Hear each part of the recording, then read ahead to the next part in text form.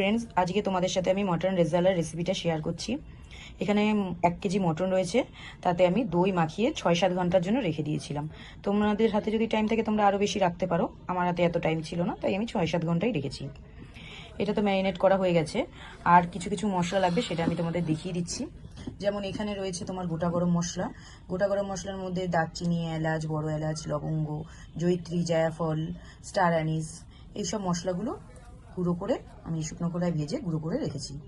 এখানে রয়েছে কাজু বাদাম আর পোস্ত বাটা, তোমরা চাইলে আমন্ড বাদামও দিতে পারো। আর এখানে রয়েছে আদা, রসুন আর কাঁচা লঙ্কা বাটা। পেঁয়াজ কুচি রয়েছে, ঘিতেই পুরো রান্নাটা হবে সেই কারণে ঘি। এখানে রয়েছে স্যাফরন আর হচ্ছে গোটা গরম মশলা।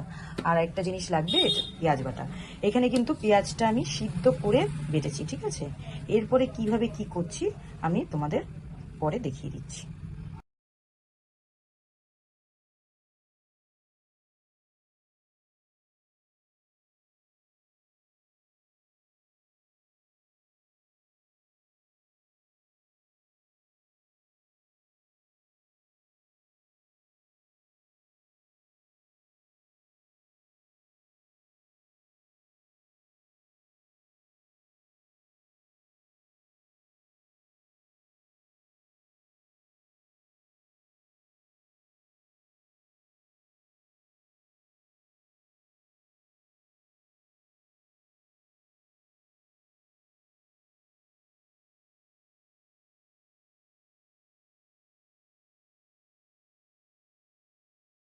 এখানে কড়াইয়ে আমি দিয়ে দিয়েছি ঘি, বড় চামচের 3 চামচ মতো, আর শুকনো লঙ্কা আর গোটা গোলমরিচ। এটা ভালো করে ভাজা হয়ে গেলে এর মধ্যে যে কুচি করে কেটে রাখা পেঁয়াজটা ছিল সেটা দিয়ে দেবো।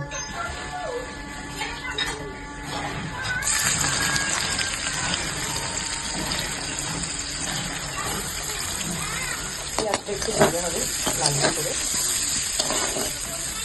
লাস্টে দিয়ে পেঁয়াজটাকে ভেজে দিতে হবে ভালো করে। পেঁয়াজটা আমার গোল্ডেন ব্রাউন করে ভাজা হয়ে গেছে, এর থেকে বেশি আমি আর ভাজবো না। এর মধ্যে আমি দিয়ে দেবো আদা, রসুন আর কাঁচা লঙ্কা বাটাটা।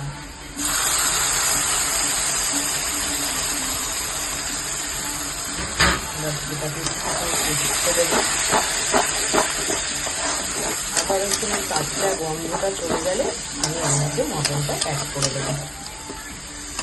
দেখো আদা রসুনটা ভালো করে হয়ে গেছে, সাইড দিয়ে তেল ছাড়তে শুরু করে দিয়েছে। এই মুহূর্তে আমি দিয়ে দেবো হচ্ছে মটনটাকে।